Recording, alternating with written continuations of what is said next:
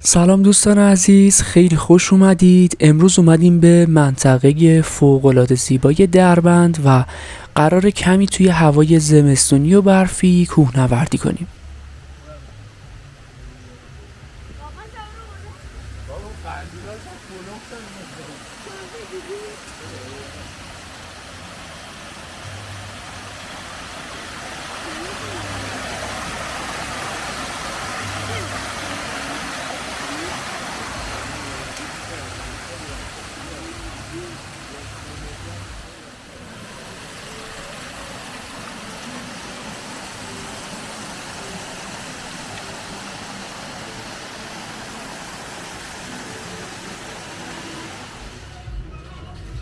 اگه مخاطب قدیمی کانال باشید میدونید که روزهای گذشته ابتدای این مسیر زیبا رو قدم زدیم و کافه رستوران های جذابش رو دیدیم.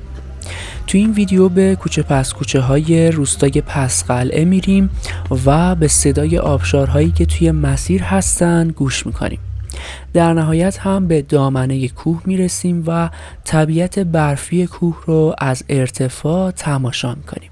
لطفاً با من همراه باشید و پیج رو سابسکرایب کنید چون قراره به جاهای هیجان انگیزی سفر کنیم و لذت ببریم.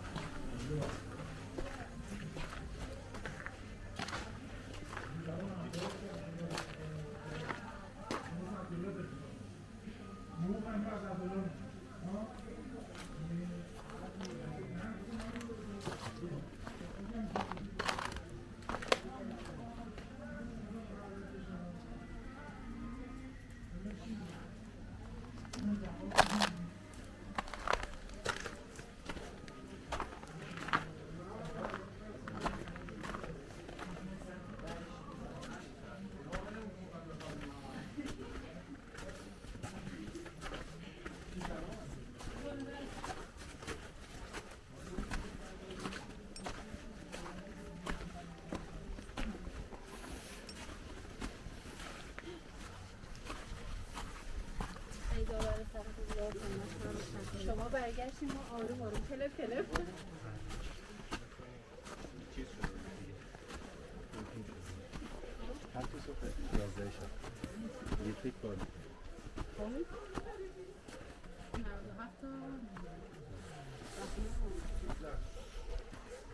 دوستان این مسیر زیبا با خونه های کاهگلی مسیری هستش که شما رو به کوه البرز و قله توچال میرسونه. اگه ساعت اولیه صبح اینجا باشید افراد زیادی رو میبینید که در حال صعود به قله هستن.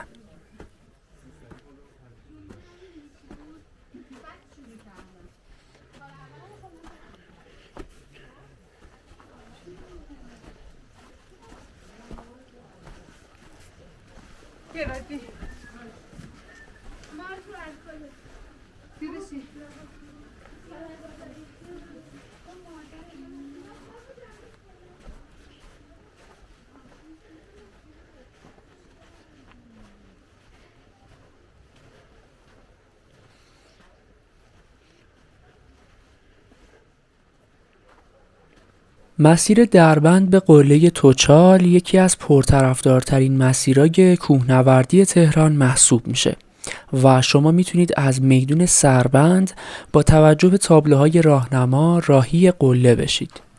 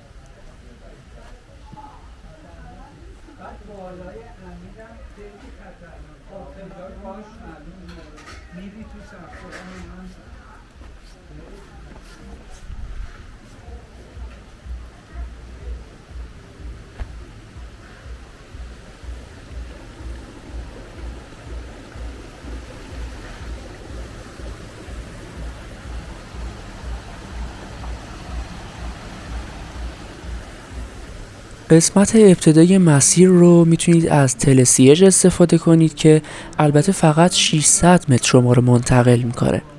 بعد از اون باید از روستای پسقلعه عبور کنید تا به پناهگاه شیرپلا و آبشار دوقلو برسید.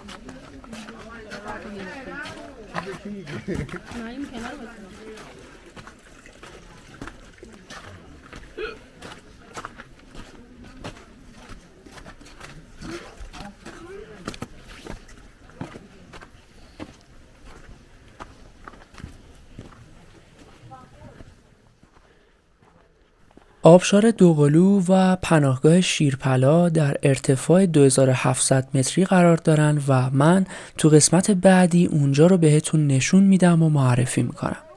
حتما با من همراه باشید و قسمت بعدی رو از دست ندید.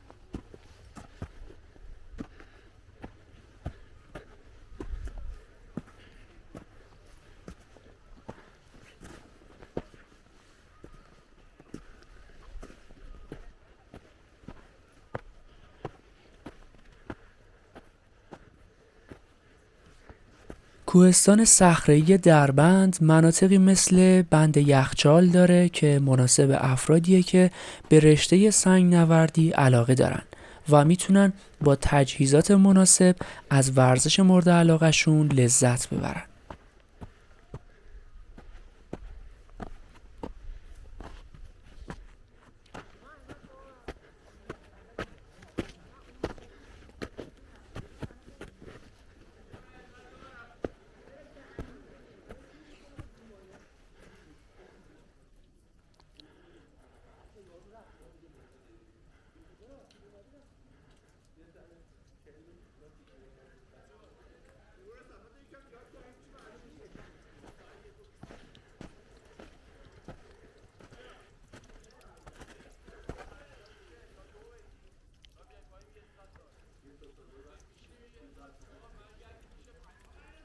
دوستان عزیزم، این قسمت دوم کوهنوردی در دربند بود که مشاهده کردید.